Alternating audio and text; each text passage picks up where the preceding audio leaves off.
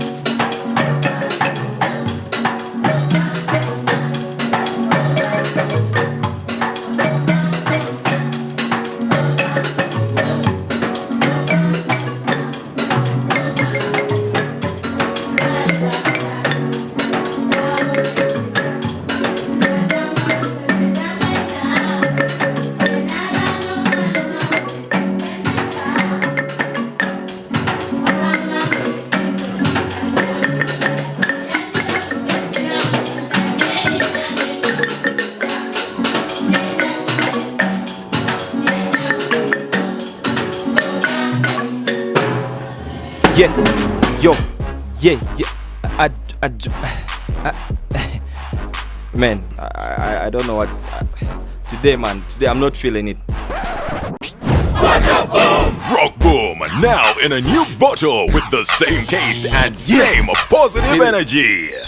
Yeah, I drop it like it's red hot. Shorty's coming back up. Available in a 20 ml PET bottle. I just took a Rock Boom and I know it won't flop. Rock Boom, feel the positive energy.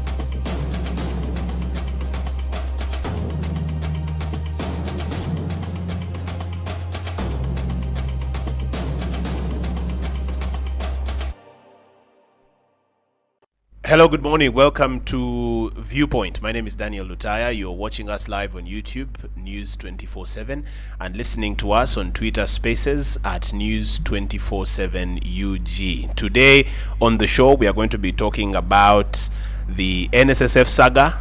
We're going to be talking about the iron sheets, which have become a problem in this country, but also discussing President Museveni's speech. He spoke about a wide range of issues. So we'll try for the next 2 hours to pack everything that has happened the past week in the news in this country into these 2 hours that we have. My name is Daniel Lutaya, and on the show today I have an able panel.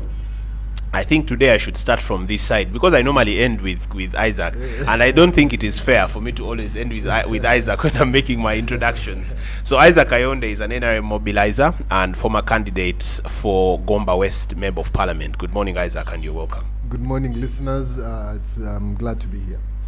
All right. Next to him is a man that has been known to call different gods at the same time.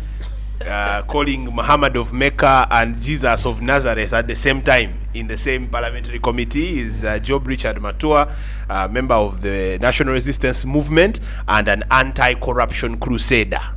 Good morning, and you're welcome. Morning to you, my brother Daniel. You know, I know you as a Pan-Africanist. Yes. And my brother, the NRM person, Please, thank you very much for sitting near me. I saw Wandera. I don't know whether it was the producer who decided that all NRM people sit on one side. My brother Wandera decided to send a yellow pen to him. I was observing. I was observing actually.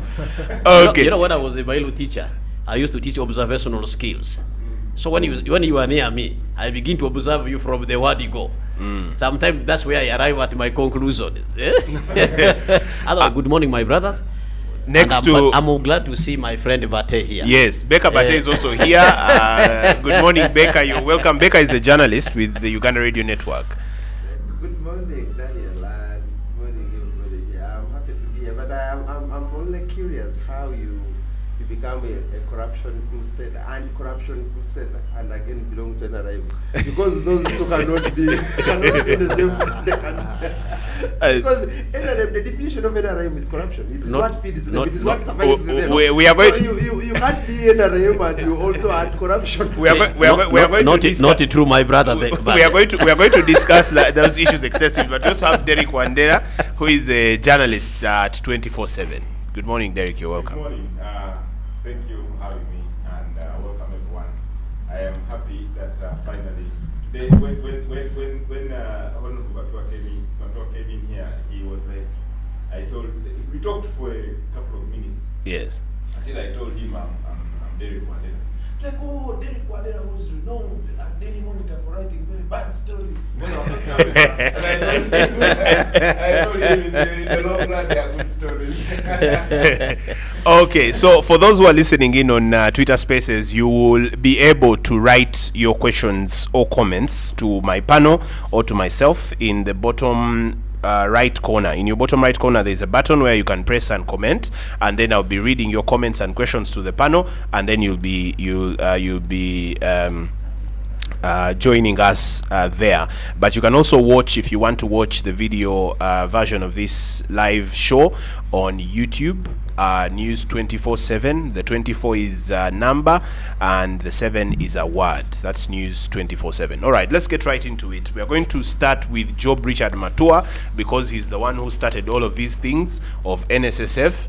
And since the last time you were at Parliament, yes, the committee that was set up by Parliament to investigate the NSSF saga, the committee where you famously called on Jesus of Nazareth and Muhammad of Mecca at the same time, ended its investigations and presented a report to Parliament. Maybe let's start there. Yeah. Are you contented with the findings of the committee and the resolutions that the committee gave to the House?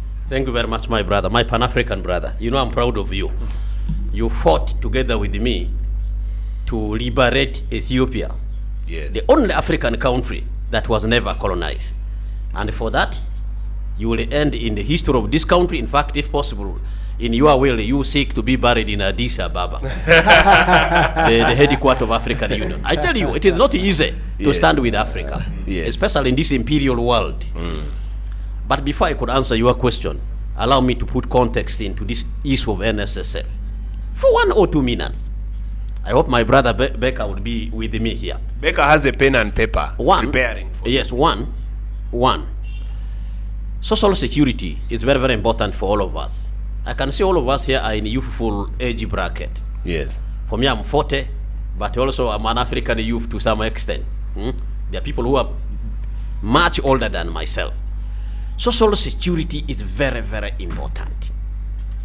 My brother Daniel and my brothers who are here, only 7.8% of Uganda's working age group is covered with social security. I want you to note it very well. 7.8% of Uganda's actual 22 million working age group is covered with social security. Of the 22 million working age group of Uganda's population, 17 million are in the private sector. 17 million. These are UBOSE statistics, Uganda Bureau of Statistics. Now, there is that largest majority of Ugandans without social security. To me, it is a national disaster in waiting. Very dangerous, very. What does this mean, my brother Wandera? You know, you write political things very much, and I knew you for that. It means that sooner than later, we will have a very big population of our own countrymen and women retired without any stream flow of income that will need the future government. But for you are always biased against NRM. That future government of yours will need to mobilize a huge amount of money to sustain these retired elderly people in their millions that will without social security. That's why the issue of NSSF must be looked at as a national security issue, economic issue, an issue that borders to our people, to the economy and the security. It is very dangerous. Even the SAGE money, my brother Daniel, the SAGE money, which is for people who are 80 years and above, 25,000 for each elderly person, is being wiped off in the current budget. Almost, they reduced it by almost 80 billion. Now, if we cannot pay the 25,000 for the few elderly people who are 80 years and above now, what about when we will have 10 million Ugandans above 80? They retired without any stream flow of income. How are we going to sustain it? It means we will have to inconvenience the few taxpayers to pay more tax, to mobilize a huge amount of money to support these people. So NSSF social security issue is a national issue. That's one. Now, of this, let us go to the statistics of NSSF. We only have 1.3 million people of the 17 million in the private sector working age group. Only 1.3 million people saving with the NSSF. The 18 trillion we are looking at is only being contributed by 1.3 million savers. Yes. What if we bring all the 17 million people? What if NSSF management was very serious and at least achieved even 7 million people? Our social security fund would be at a value of 100 trillion by now, which would be at least 2.5 of our GDP, which is currently at 49 billion US dollars. Now that means major infrastructural projects in Uganda, including the oil refinery, would be done by our NSSF. Our money would remain here than to go to World Bank, to go to Import-Export Bank of China, to go to outside the world to look for money to do major government project. This is how it is being done even in Tanzania here. This is how it is being done in Japan. My brother Bate, Toyota is funded by Social Security Fund of Japan, which stands at a value of 1.7 trillion US dollar. That's the Social Security Fund of Japan. You get me? But maybe they have a bigger formal sector. We have a very big informal sector and a very small. I can tell you, sector. we can tap in that informal sector into social security. it is very easy to tell these border men to enroll with the NSSF, to bring on a board market women. What if we tag NSSF to national ID? That to have a national ID, you must have NSSF account.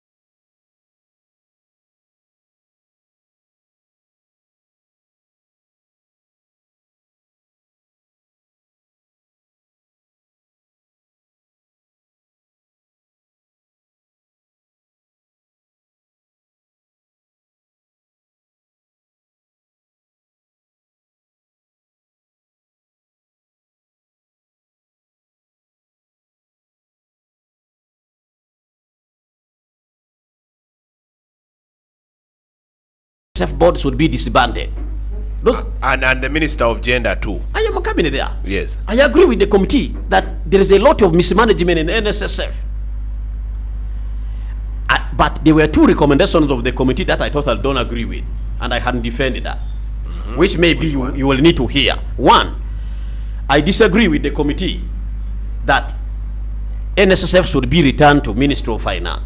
Please, it was in the Ministry of Finance where NSSF was the most abused a minister there, and 1.2 billion annually from NSSF. 1.2 billion annually. In fact, I had the evidence. There was one important evidence I needed to present that thing in the committee that I failed to secure from Ministry of Finance. That's why I left that issue out. It was on my card. I would have submitted it in the committee, but there was one critical evidence I wanted that those people refused to give me. Now, Ministry of Finance does not have any structure where NSSF fits. The money was in space and was being eaten properly. Countrymen and women, it was being eaten properly. And that is why when NSSF was returned to Ministry of Gender, immediately the people who were feasting on our money in the Ministry of Finance started a plot to return it. So that recommendation is very dangerous, and no worker out there should accept it. What is the second recommendation? In fact, I want to submit my suggestion on that. Ministry of Labor should be in charge of NSSF because it has structures where NSSF fits. That's the Labor Department. What is the second recommendation? Yes, I'm ending that. Yeah, because I want to bring in other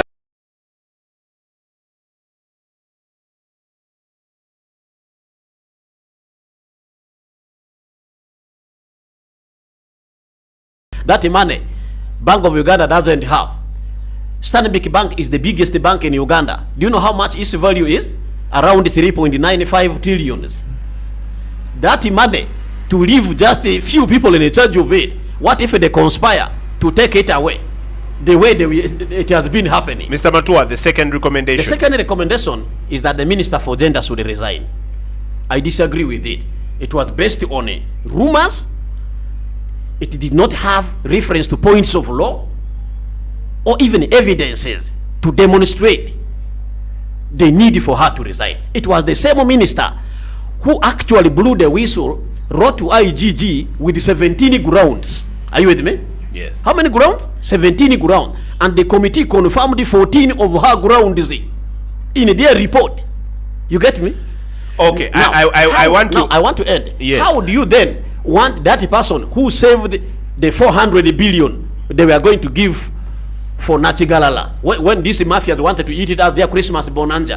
Who saved $1 million that NSSF management wanted to use to construct in labor code for judiciary that judiciary did not need? In fact, to me, it is a witch hunt.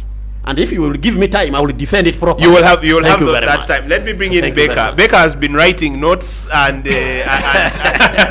I saw him looking at you with a very particular eye. Becca, No problem. What notes were you writing, especially about this committee and the recommendations it made? Are you in agreement with the committee? But most importantly, what were you writing? I largely actually agree with first the preamble you gave. Much of it is factual. But I also So you have understood now that NRM people can be anti-corruption. No. Sometimes a dead crop works twice a day, even when it is dead. You can die at 11 when it reaches 10. But let me say this. I think I will just pick out where our contention is, and the contention is whether NSSF should go back to Minister of Finance and whether the Minister of Gender should resign. It doesn't matter where the NSSF is actually, whether it is in gender, whether it is in finance. The same group of people in gender, the same group of people in finance. So it would be really, there would not be any difference. So, but what I would want, for example, when they're doing a restructuring of NSSF, is for us to have, we the workers, to have more say in what happens in NSSF. I was looking at the board of NSSF. Workers are represented. You know who's representing workers? You have NOTU, you have KOFTU. Yes. Do you know how you become a member of those two organizations? Through an election, I'm How? thinking. Where is the election? How did that? How did the former MP Riomoki become the yes. representative of workers on that board? And how did that lady also become a representative of workers on the board of NSSF? I want to give Becca information. Both of them don't even belong to any union. Both Riomoki and Penina Tukamwesiga. They don't belong to any union. Even if they actually belong to any union, we would ask, for example, Who chose I am them? a worker. Yes. How do I get in those positions so that I can also represent workers' interest on the NSSF Yes. board? So I think and what we are talking about is not government money. We are talking about me and you. Unfortunately, many of these guys in government actually don't serve with the NSSF, apart from a few who work on contract, and there are a Yes. few. So majority of people in government who are actually managing, when you look at, for example, the representatives, people who are managing the fund itself, those who sit on board, many of them are actually appointed by government. You hear Silva Mujisha, you hear Mujisha, you hear the guy Chibenge from gender, you hear Ochaila from finance. So you ask, how are they managing money that doesn't belong to them? Because this is not government money. This is our money. We the workers. And we would say that, okay, government is the overall representative of all of us, therefore it has our interest there. This government has never had the interest of workers, first of all. I'll tell you why. But number two, even when you agree that government should be there, where are the owners of the money on this board? What are their decisions? What is their input in this? So until you do that, because you see, you will never cry more than they believed. You will find my friend Derek here has lost somebody, and a mother, God forbid, and we find a random person coming to the crying more than Derek. So we say, Hamuita in Luganda. Yeah. So we investigate, why is this person waiting the way he's waiting? So no one can cry more than the one who has lost a person. So no one can manage their money more than us, the owners of the money. We used to say that nothing for us without us. Yes. So I think when we are restructuring NSSF, the workers must have a say. We can agree, for example, and say, who is the biggest contributor to NSSF? Say it is Riham. Riham is the one who is supposedly in Garcia. This Yes. What is the company? The company is Harris International. It is a big organization. So maybe it has 1,000 workers, and each month they send $1 billion Uganda shillings to NSSF. So they have a bigger stake. So we should be, maybe that's where we'll be looking. Who is contributing the biggest money? Those organizations that contribute the biggest money perhaps must have a voice on how that money is managed. So until we get there, you have people who have no idea about finance and management and economics, but they are seated on the NSSF board. So you ask you, what gives you what gives you? What decisions are you making? Yeah, exactly. People who have never done any investment, they don't even have a kiosk. They are there to determine the 18 trillion. So I think there is a problem there that must be addressed. But number two, and where I disagree with Matua here, the Minister of Gender. Beta Mong is not one of your cleanest ministers. That if she's not NRM. Since you said NRM is she's all NRM. corrupt, she's the She's UPC. no, she's actually an opposition member. she's not. Let us have a fact. No. She's the UPC 311. No. She's Please, not. and married to the president of UPC. She's UPC at home Please. and even at the party. UPC in the bedroom, UPC everywhere. How do you? No, How do you she's tell not UPC. She's NRM, depending on how you want to look at it. So she's NRM. So you cannot be in cabinet when you are anything than NRM. What decision? I mean, has there been anything NRM that they have opposed? So NRM married the UPC and they are born. You know, when we say those who marry in church, they say when you marry you become one. Yes. So they are one. So you don't try to separate them because they are in a legally recognized marriage. So they are one and the same. But let me ask you, when that lady was in Minister of Lands, you know the problems she has in land. You remember when the judge, Catherine Bamgemere, when she was on the spot, Yes. they were asking her, where did you get these houses? She appropriated some of the houses which belong to the departed Asians. Yes, departed She is Asians. accused in so many cases where she gave out, she signed off money in the road fund. She's accused, in the land fund. She's accused variously, and these are on record, by the way. They are not that. Are they accusations or are they convictions?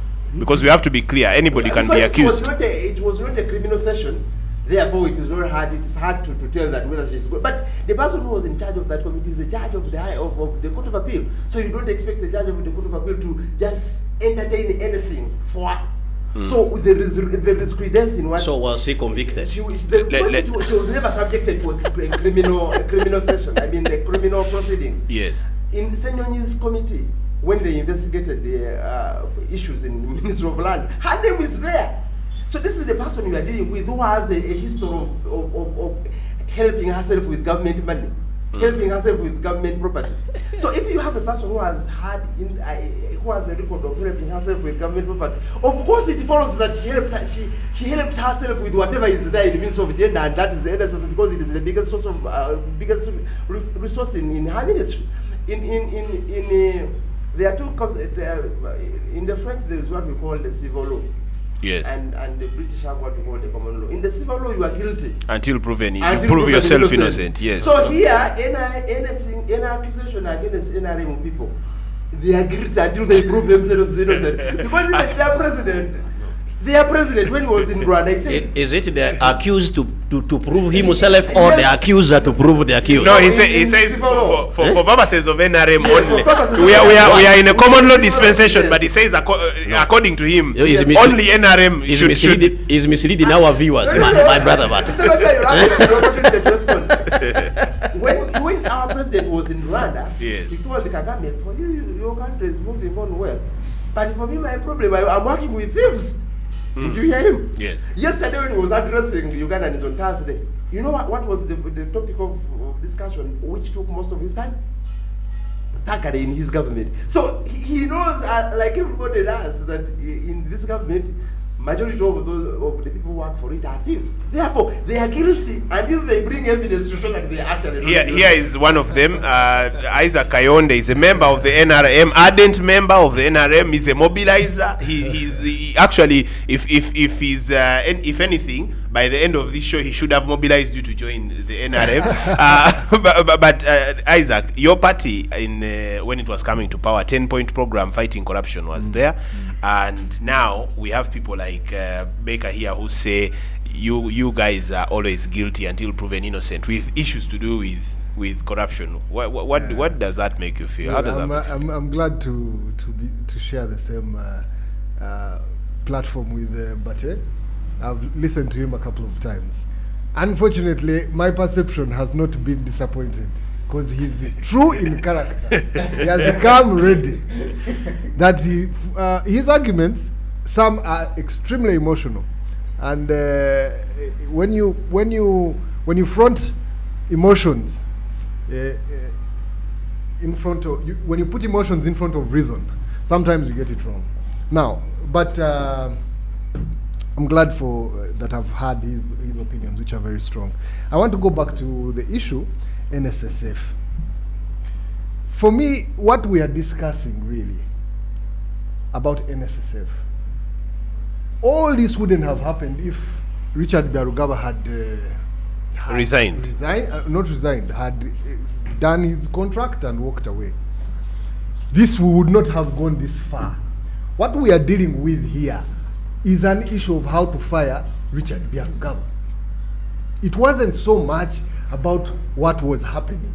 It was so much how do we put Richard Byarugaba out of NSSF. That was, in my opinion, what was being discussed. I read the report the minister wrote. 3/4 of what the minister wrote were emotions. Richard Byarugaba doesn't treat fellow workers okay. He doesn't listen to the to authority. He doesn't, those kind of things. Had other part of the report had some substance, and that's why for me, if we were to look at what the minister wrote, there are a lot of good things that the minister wrote. I mean, the quota, but there's also a lot of trash that she tried to put on to Richard Byarugaba. I mean, the logic there is that if you have found an institution and you are the minister and you find so much rot in the ministry, in the management, why are you keeping the board and why are you keeping the deputy and firing one man? So the double standards really exposed her to that tune. Going back to the 6 billion, which I saw in there, the minister was also trying to be very relevant. It was within her right as a minister to look at the budget, make adjustments, and forward them back to NSSF. So when I saw the 6 billion and her taking it, she didn't take the money. Neither was the money going to be allocated to her office. The money was to be utilized by NSSF. NSSF was the one supposed to appropriate and give out this 6-point-something billion. So for her, okay, you can impute motive, but you can't really fault her on procedure because she did it within her powers. One of the things I also want to highlight is that this case, the issue of NSSF and how it's run came out of a forensic audit. A forensic audit, very few institutions, whether private, whether banks, whatever, can pass a forensic audit. So inherently, we know there will be faults within NSSF. But the stakeholders of NSSF, what was their opinion of it? I must tell you, NSSF Uganda is the biggest and most best performing social security fund in the region. Better than TZ, better than Kenya, which are economies double our size. That the people who serve with NSSF, the people whose satisfaction was measured, who said, look, Richard Byarugaba in the past 10 years, I mean, we are getting our payments, we are happy with what you're giving us, right? Those people were happy with that structure and the public was willing to give Richard Byarugaba that extension. So what we are dealing with really is one, fidelity to the law. If the law says 2 terms, you get, and you walk away, please walk.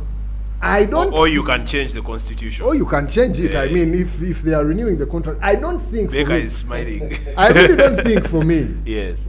Age should be a factor in our labor laws. Yes. For you to say that because I am older than you, because I am younger, I am smarter, a better manager, or that kind of thing, is really, science hasn't proved it that way. Yeah. So I think we need to revise it to give performers, the ability, because now we are looking for performance. One of the biggest challenges we have in this country is managers of things being very poor performers. Now, I want to also highlight one of the things, the recommendations of the parliament. They did a very good investigation, and then the recommendations were they didn't go far. They didn't go far enough to apportion blame on each.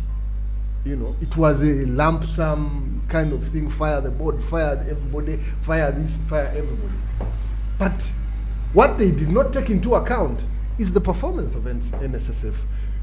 One of the issues about, especially Richard Biarugaba, and why they don't want him, is his management style. Those who have done investigations know Richard, his style is not to sugarcoat people or babysit people. It is to insult them or, give them the stick and not the carrot. So, because of that, you definitely, as any other person, But you have many enemies. You will have many enemies. And for me, the other thing I highlight in this Richard Biarugaba getting him out, this is not the first time he's facing this. He faced this the first time when they were renewing his contract. He even left and went and was working for Vodafone when it had launched. He was earning 70 million from Vodafone. The president called him and said, look, go back. If you are performing, you have performed, you have brought the fund from here to here, and then why are you being subjected to why are you being subjected to an interview, and then you come in third, and then it was the same scenario. Geraldine Sally, deputy, come in, perform, same thing. So the question isn't, were these issues that we are raising, Nachigala or whatever, were they the same reasons were they the same reasons then as it is now? So what they are trying to push is Richard Biarugaba should leave NSSF for nothing other than his management and personal character. Derek Wandera, I want you to give us your say on this. You have listened to all the opinions. After him, give me I'll give you just 1 minute before we take a break. Derek. Yes. Thank you, moderator Daniel. I want to start from the fact that where does this whole conversation we are having today come from? And the conversation comes from whether or not to renew Richard Biarugaba's contract. And it's from that point that people have generalized, have brought up all this conversation, and I'm very happy that we have Mr. Matua here, who is giving us, because he is the one who widened this whole conversation, this debate. Thank you. To Thank you where very we much. are. In fact, if we had just said we should renew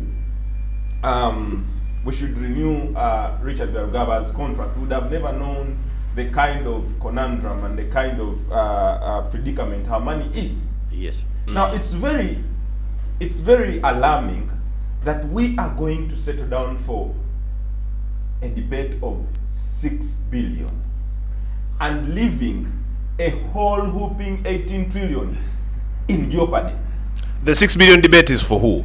The 6 billion debate is for the Honorable Amongi. Amongi, yes. Yes. Okay. And the 18 trillion is for Richard Biarugaba to account for. No, but is there, Derek, is there a lesser evil? Is there a lesser evil? In let's use Bible at least they for are now. all evils. Yes. But then if you have one pen in your hands and you're saying I would rather chase and have this and you're leaving a whole 7 dozens to go to a west, this is economic sense. It doesn't make economic sense. We would rather have a debate of 18 trillion rather than having a debate and concentrating on a debate of 6 billion. Because, I mean, there is a whole mismatch for me. There is a whole mismatch. And I know the report has had, one of the recommendations is to have Honorable Amongi resign. Yes. I know she has her own evils that she has done. She's not the cleanest minister, but who is in Museveni's government? The Minister of Ethics and Integrity. He is not. How can the Ethics and Integrity Minister not be clean, really? If we have reached the level where the Ethics and Integrity Minister has dirty linen, then that's a problem. She took a 300 iron sheet of the Karamoja. The Ethics and Integrity Minister. Yes. Honorable Akel. We are in trouble now.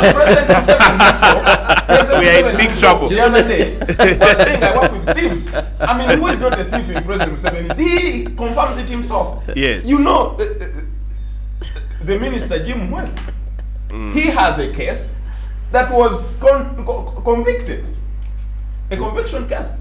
You know that the Honorable Sam Kutesa has a conviction case of corruption. Which ones? In the overseas.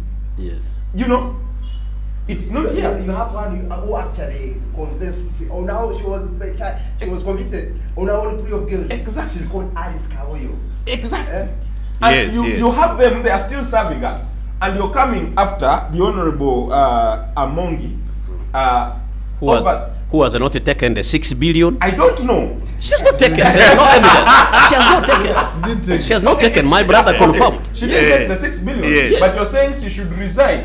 And you are not telling us whether Richard Biarugaba should resign or not. I mean, for me, that's the mismatch. And that's the double standard I'm seeing from this report. If we are going to concentrate on the 6 billion, we are losing the debate. We are losing it. I mean, you and me and everyone here is paying NSSF, but we don't know whether our money is going to the safe hands. And that's why the Honorable Matua's conversation, I mean, gathers a lot of steam from there. And I see a deliberate effort to shoot down the bigger picture and concentrate on the small picture. Actually, to divert us to the periphery, to side issues, to leave alone the real issues. So, from the start, and I would like to revere from the Honorable, Isaac Kayonde's submission that the biggest part of Minister Amongi's report was emotions. I vehemently refuse that. Be them emotions or not, these were double checked. They were facts. And were factual. 14 we are confirmed. Grounds of we are 17 confirmed by the were factual in that committee. And you wouldn't tell me that it's just emotions that you're bringing on committees. No, that you're bringing on facts. There were allegations. Especially the ones for the investigation were allegations. The reason these allegations should be even they should be even investigated further is not only is she talking about them, but the committee has adopted them. The committee, which we actually think is more independent, has adopted them. That means they are not just small allegations. They should be investigated. So, these, for me, were technical and management issues, which were glaring in the NSSF management. And if we do not go into that matter, our money is going to continue being in jeopardy. Yes. I mean, the Honorable Matu has told us that if the management was actually at par, we would be collecting about how much? We would be having 18 trillion fund. Actually 100 trillion by now. We would not be 18 trillion. So what is the solution for you? Because Baker says everybody is wrong. Maybe we should give NSSF to Baker to manage. No. Because he says the entire government is. I think for as long as NSSF is still tagged onto any government entity or ministry, yes, our money is in jeopardy. So we should privatize it. Absolutely. I had asked for privatize NSSF. I'd ask Okay, I'll get a minute from this side and then go to this side. Now I am like the Speaker of Parliament. Okay, this side, then this side. There is. I want to just say to disagree with my good friend Derek. when he says we should overlook the 6 billion and concentrate. No, I didn't say we should overlook. No, We need to look at them, but the energy, we have diverted all our energy onto 6 billion. Yes. And nothing is talked about the I am- 18 trillion. I am saying the same thing using this phrase. You are saying the same thing I am saying using this Yes, phrase one. yes. But you see, there is a common saying that let's take care of the pennies, the pounds will take care of themselves. So you first concentrate on this model, because you see, at the end of the day, the collective, if they say one person comes and takes 6 billion and another takes 6 billion, collectively, it becomes a lot of money. So until you deal with these small monies, because when they become together, it's actually a lot of money. But number two, the last comment I want to make, those people who say that the Algaba NSSF has done a lot of work, you ask them, say, what have they done? Because you see, Uganda Radio Network, every end of the month, it sends a check to NSSF. What has NSSF done for it to get the money it has? There is no work, because actually if it was getting, he's given you the statistics and he might want to walk away from it. No, but they invest He's this saying- money. They invest this money and give In us what? In dividends bonds, in at bonds, at in AGM. bonds, in bonds. There's an AGM every year where I always receive. I don't attend, but I receive an email that tells me Do you know where I've gotten we a invest most percentage. of our of- money? In work which doesn't require us to do anything. You Yes. get your money and put in bonds. You buy shares in, you remember you go in Bank of Uganda and you buy bonds. And you wait at the end of the month or the year when they have matured, you get the money. There is nothing which requires any thinking in the kind of investment we are undertaking at NSSF. If you have 7 million people who qualify to serve with NSSF, but you have got only 1.3.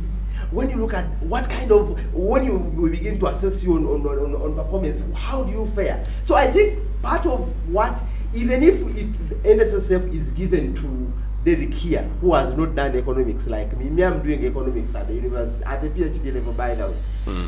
Even when you give it to a person who has done no economics at all, NSSF, the way it is being managed now, actually it might even make more money than with the Biarugaba, because he's not doing anything that is out of the ordinary. He just gets our money, he commits it to Bank of Uganda, he buys bonds. He commits it to Umeme, he buys bonds. He commits to even to non-performing companies, Uganda Craze, in shares. At the end of the month or at the end of the year, he waits for dividends. So there is nothing clear that is used, that they are doing, that is involves using the head. So for you to tell me that, oh, it is performing better than NSSF in Kenya, it is performing better than NSSF in whatever, NSSF in Tanzania, I ask you, what is it that they are doing that the Tanzanians are not doing? What is it that they are doing that you are praising them, that they are all such a better managed fund more than the others? So really, even if this fund is given to Daniel, anybody, I'm going to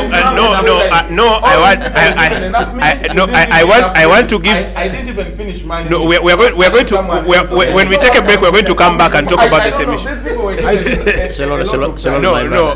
Order in the house. Yes. I'm going to give an opportunity to Mr. Matua for 1 minute, Yes. and then Kayonde 1 minute, and then we'll go for a break because we have to go for a break. Why wouldn't I start Yes. so he finishes? No, let Yes. me finish briefly here. First, I want to thank my brother Derek Wandera. My brother, if everybody looked at this is picture the way you are looking at, it would be better. The problem is that everybody was about the reappointment of Mr. Richard Biarugaba, and I told the committee, please, the problem is much deeper. Let us widen the scope of this thing. This thing is about the people of Uganda. It's about the economy and the security. You cannot narrow it down to reappointment of an individual. By the way, my brother, I want to inform you, the growth of NSSF is not because of Biarugaba. It is because of the expansion in the economy. Did you take that into consideration? When the economy grows, more jobs are created, hence more savers are coming on the board. So we should attribute it to the NRM. Actually, Which is going. gladly. Two, my brother, Mr. Richard Biarugaba and Mr. Patrick Ayota had reached retirement age according to NSSF policy, human resource policy manual, by the way. And both of them retired. And I have the retirement notices, their retirement letters. I got that as evidence. So what was he making noise about? If he wanted the job again, then he should have waited for maybe advertisement and go to apply normally. Why contaminate this thing? Please, They had retired. I'm telling you. Both, you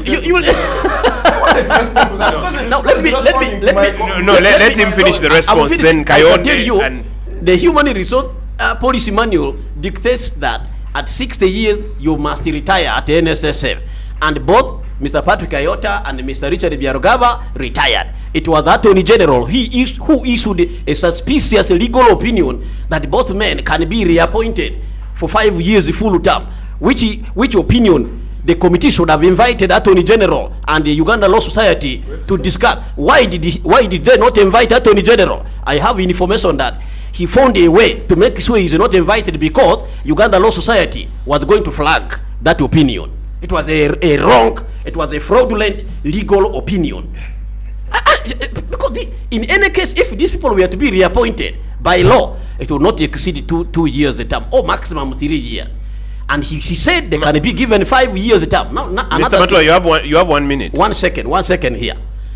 Section 39 and 40 of NSSF Act, as amended in 2022, you are supposed to work for 5 years and renewable only once. Mr. Biarogaba has been there for 12 years, earning 75 million per month.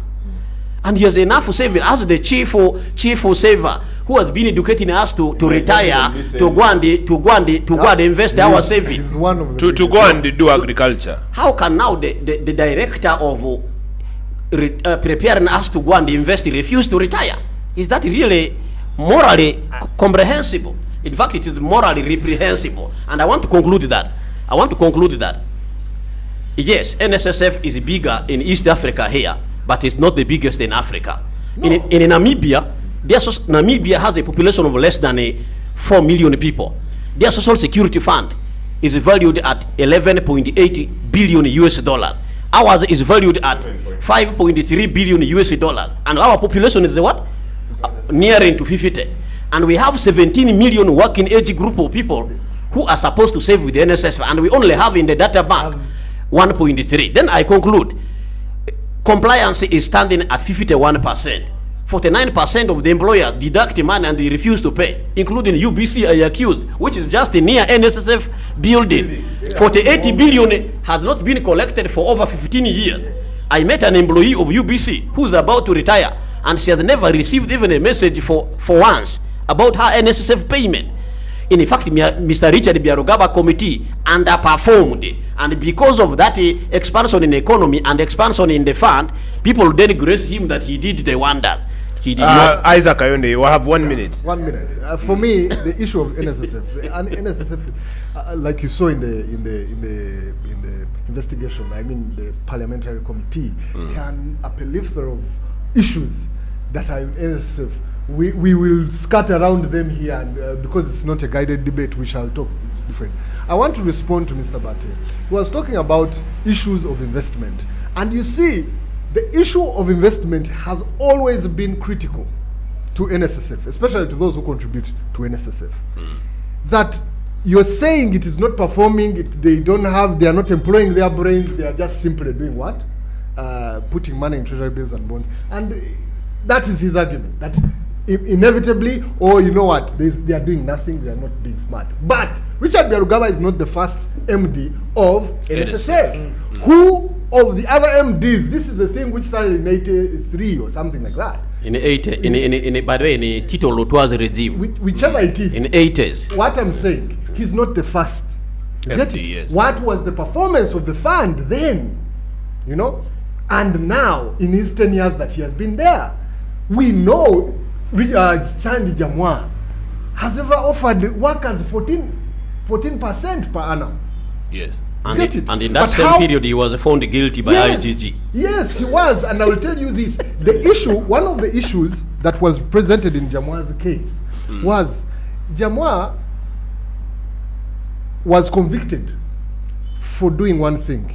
He sold a bond which was maturing in 3 days to Crane Bank, and created a loss of 3 billion in 3 days. Yeah. That was the case. That's how he went in. One of Chandi Jamwa's defense that even went up to the Supreme Court Yes.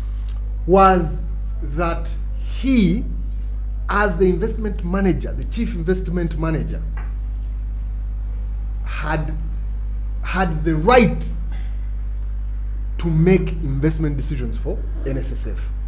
And hence he made an investment which was wrong, which was a loss, but that doesn't take away his powers to make that decision. That was his defense. The court found him guilty because it was the motive in which he made that investment decision. The chief financial officer had said, look, no, there's no point in us doing it because it's going to mature in 3 days and all that. So he went and did it because it was a shady act, right? But what the courts sustained was that he had the right to choose the kind of investment. He had the powers as an investment chief officer to make investments as he deems fit.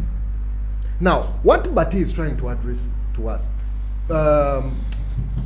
Amongi also addresses it in her numerous, in her report, and talks about NSSF's underperformance and its lack of investment in supporting the Ugandan economy. But it was a simple question, a simple answer for Richard Byarugaba. He said, look, do you want me to make risky investments? As an investment manager, there is a risk portfolio in every investment that you make. Yes. If you got money, $400 and something million, and said we are investing in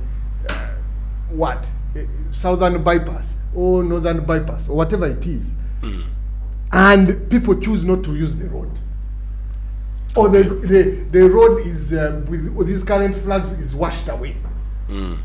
Yeah. Force majeure. Tell me, these workers here who are now getting whatever they are getting, what are you going to tell them? You know, you will be blaming him. So he goes for safety. Yeah, for me, the issue of social security, the idea that profit comes first, protection of the funds comes priority. Go to TZ, they are grappling with the same thing, going to build apartments in I forget the name of the place, abandoned, because you're trying to support a government which is saying we need housing for people. So those things, the fact that I don't want to, Mr. Bate, to really, I don't know how to say it, people his argument to us, does that need deep thinking? Does it need to use a lot of mental energy? It does not need. It does not need. Even I can do it. Even you. I can do it. I'm telling you. Give Mr. Matua the job. So in my concluding remark on this is that we need to also be careful with how we are arguing this NSSF. We will make pretend to be very clever, you get? But there are people who have lost money in these NSSF things. So issues of investments, we shall say, you know what? Yeah, we don't want to discuss. What we can discuss honestly in NSSF is the management. That is an opinion that I hold dear. I wanted to inform him that the same Byarugaba built houses in Loboa, a house at 3.5 billion, none of which has been occupied. Is that a wise investment decision? Okay, for the people who are listening to us, I don't know whether it was built for Elon Musk or Bill Gates. For the people which we don't have in Uganda. For the people listening to us on Twitter Spaces, you can right now request for the microphone, and we'll give it to you while we're on a break, and you'll be able to ask questions and get answers when we come back for the break. For the people on YouTube, we'll have to take a short break now, but for the people on Twitter Spaces, you can request for the microphone now, and then talk to us for the next 3 minutes as we go for a short break on YouTube, a commercial break. Let's go for that now as we pick some questions from the general public on Twitter Spaces.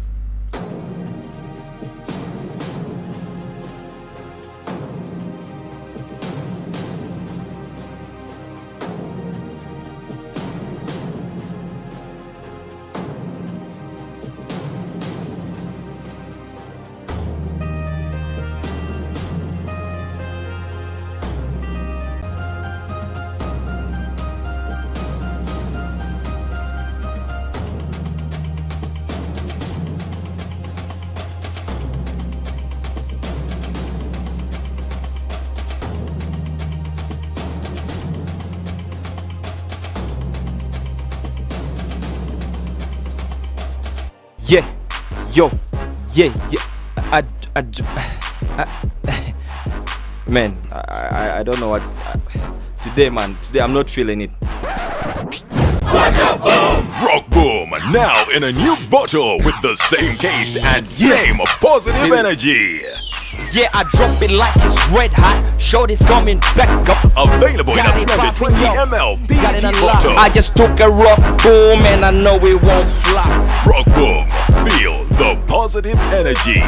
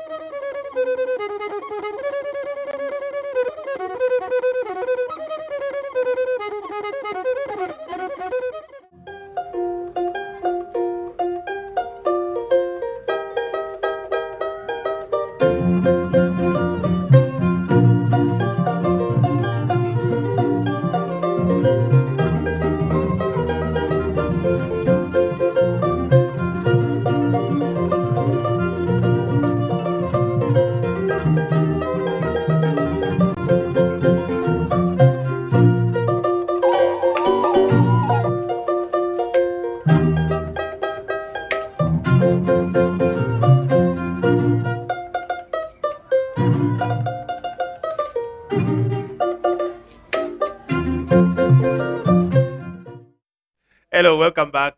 You are watching us live on YouTube at News 24/7 and on listening to us on Twitter Spaces at News 24/7 UG. Sorry for that feedback. Okay, so before we went for the break, we were talking about the NSSF saga. And you know, it started as a debate to have Richard Byarugaba resign, and then turned into an expose of the sorts. Derek, I'll give you 1 minute to wrap up your comment, your submission on NSSF before we go for the iron sheets, because people online want us to find out where the iron sheets are. Probably by the time we're done with this show, we will have let you know which house the iron sheets are on right now. Yeah, I wanted to again say it's very healthy for us to have such a wide conversation, but we shouldn't lose our heads into minor things. Yeah, the smaller things. They are worth discussing and even investigating, but let's not put all our energy. If we have 6 investigators, let's not put 4 investigators on 6 billion and 2 of them on 18 trillion. I feel we should put 4 investigators on 18 trillion and maybe 1 on the 6 billion. One thing is, I think what Mr. Byarugaba is trying to fight is in the end of his contract is what has happened to the past NSSF PDs. You know that most of them have been convicted on different. Their exit has been through Luzira. It has been through Luzira. All of them. Yes. And I guess if this We workers don't joke with our money. Yes. If this investigation doesn't actually take the road is trying to take of the 6 billion, there is a likelihood that Byarugaba might also take the route that his predecessors have taken. And for us as citizens, our money being in such unsafe hands, we need justice to be served to us. If we are not given justice, then we know that we don't. You still stand by your words that we should privatize NSSF. We need to because look, if we say we take NSSF back to Minister of Finance. we know that NSSF was part of Minister of Finance before. And all, by the way, for your information, all the findings of the committee, the bad findings, happened when NSSF was in Ministry of Finance. I have a feeling that I have a feeling that 2 of my panelists caucused before coming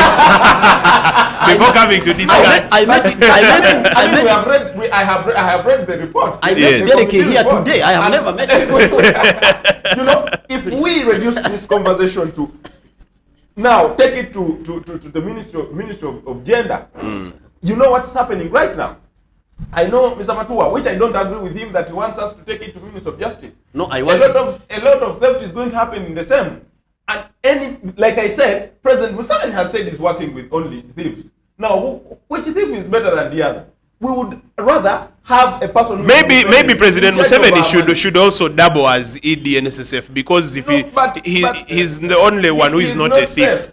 He says he's working with thieves, but he's okay. In the minister Kutesa's case in the US, you know that he was also implicated. No, okay, maybe we put NSSF under the president's office. President Museveni in that case was the only person whose whether evidence was dismissed totally and completely, and because they were purely. My brother. Yes, just 1 second. He was exonerated, and it was 1 second. the judgment of it. Mr. Bakayonde. And Let Mr. Kayonde give information. No, but he's a human being. Okay, order. That is exactly what the court found, that he was absolutely above reproach in that issue. A president of a country must be But why above did he end up Why? with that report? Okay, I'm going to. Moderator. I'm going to. You know what the allegation was? One request. Let me just protect 1 second. Isaac Kayonde Just 1 to second. give his point of information. Yeah. Yes, let me protect him to finish. Yeah, let him finish. I'm finishing. Let me protect Isaac. One of the accusation that went to the ICC, that court, the whatever economic whatever, was an allegation on President Museveni that he received $500,000 at his swearing in a briefcase brought by Ho whatever. Patrick Ho. That guy. That was the allegation. When the judges looked through the allegations, the evidence, they said, look, expunge Mr. Yoweri Museveni's what? Name from this. From the record, yes. And the case went others because what? There was no evidence. It was purely a thing which was brought in to discredit the government of Uganda. Why would Okay, point of information taken. Yes, because it's political. Now, FBI. we want to move on. As I finish, we want to move on. FBI came to Uganda to do the investigation on those issues. They came here, and they went into emails and everything. They had the presentation on Kutesa. They had the presentation on Ho. They had those things and those facts, and that's how those people were convicted. I wanted to inform my okay. my To friend. imagine that FBI was there Derek. to protect. Okay, Baker for 1 minute, and then we want to leave this debate and go to the iron sheets, my people. Yes. First of all, even if we were to take what Karan was saying, You don't have to take it. You have to research it. Even if we are to take it as true, let's say Yes. after it is true. But one of the persons for which Patrick was convicted for 3 years by a U.S. court was for giving Museveni's minister Sam Kutesa 500,000. Yes. That is bad enough. Number two, also the fact that even FBI came to Uganda to investigate our president,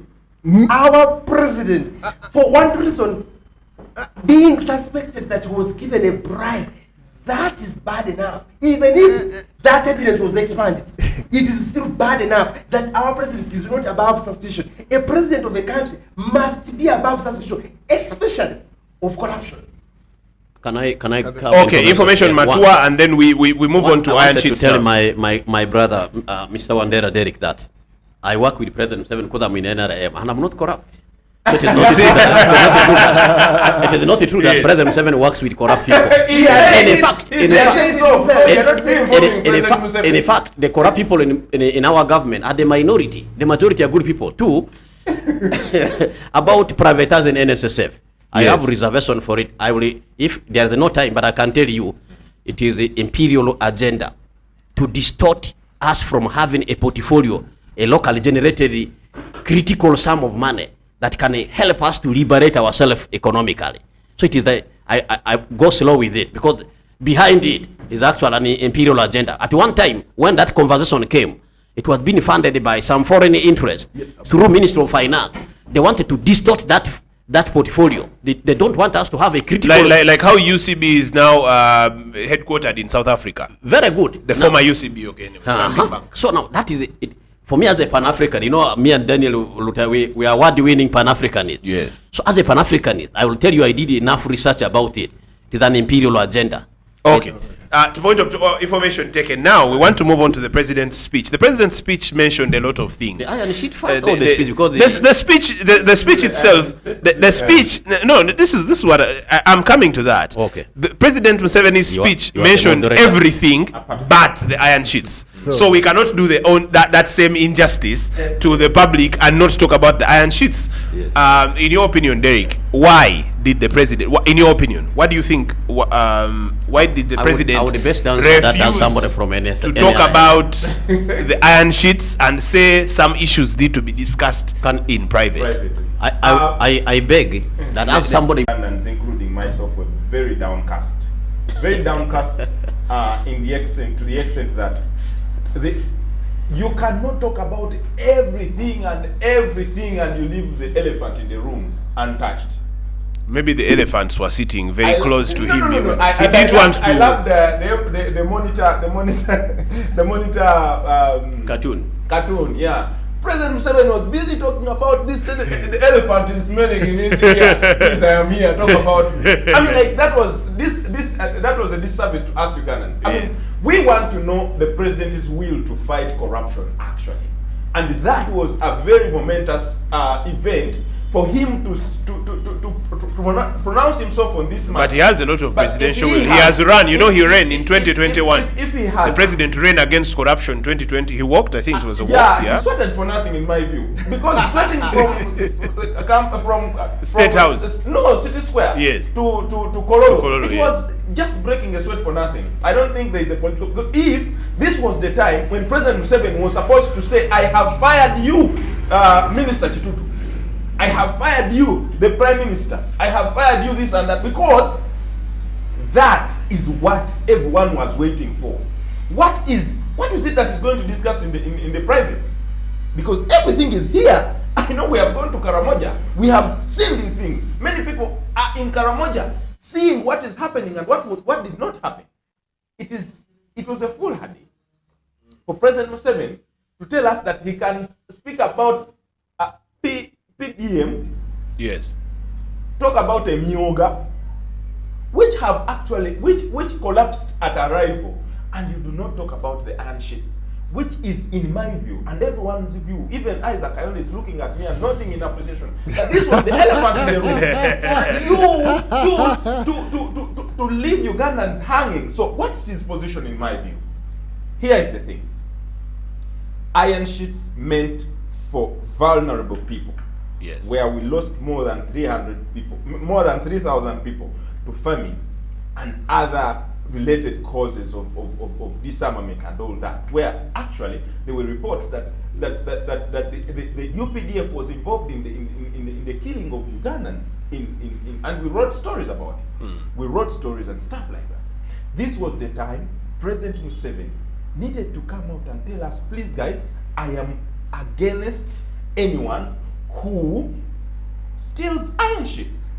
And you know, iron sheets, when you steal an iron sheet, it doesn't keep quiet. It goes making noise. My member of parliament for Ntenjeru, who is the state minister for finance, Amos Lugo, is my MP. Mine. Is the one who represents me. He went if you need to know, he's from Kangulumira. That is, I think it's our MP together with Baker. Yes. and to roof the house of gods.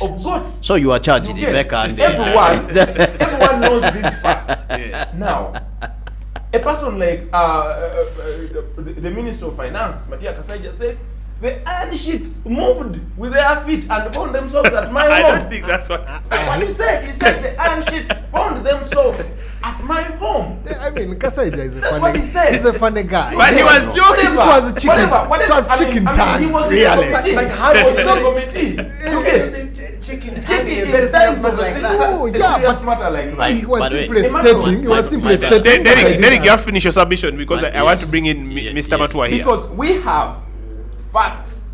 We have every detail about the iron sheets, and not just the iron sheets. The goats. I know everyone is shouting about the iron sheets. We know what happens to the goats. They never reached there. The few that reached there actually died. yes, They were bought, they were procured in a very sad state. in a They were place sick. where there is a quarantine. You get now, President Museveni has given us so many hollow speeches This did not even have any walls. It was an empty speech. In 2017, I think it was 2017 or 18, if I'm not mistaken, John Vianney Nsimbe, who used to write for the Observer then, he is still writing for the Observer. John Vianney Nsimbe wrote a story on, and it was the back page of the Observer in the sports column, and it was about a speech that the president of the Uganda Football Federation of Uganda Football Association, and the Honorable Magogo, by then just Mr. Magogo, had given a speech the previous day, and John Vianney Nsimbe wrote and said, Magogo speaks a lot but says nothing. President Museveni I think that was one of the last times that John Vianney reported at FUFA. Can I come in, my brother? Matua, you can go ahead. Thank you very much. First of all, I want to thank my brother Derek for that energy he's having. But please, I said, let us critique objectively. You know, like I told you, my brother, but I like him. He criticize the government, good, because we must have people who should critique government, but do so objectively. Don't use biases. One, it was very good that President Yoweri Museveni did not talk about the iron sheet. Why? At that time, because this was a specific speech for Paris development model, which is the main agenda of this term, the main program, the main campaign item we used in the last election. This is the biggest program NRM want to implement for the people of Uganda.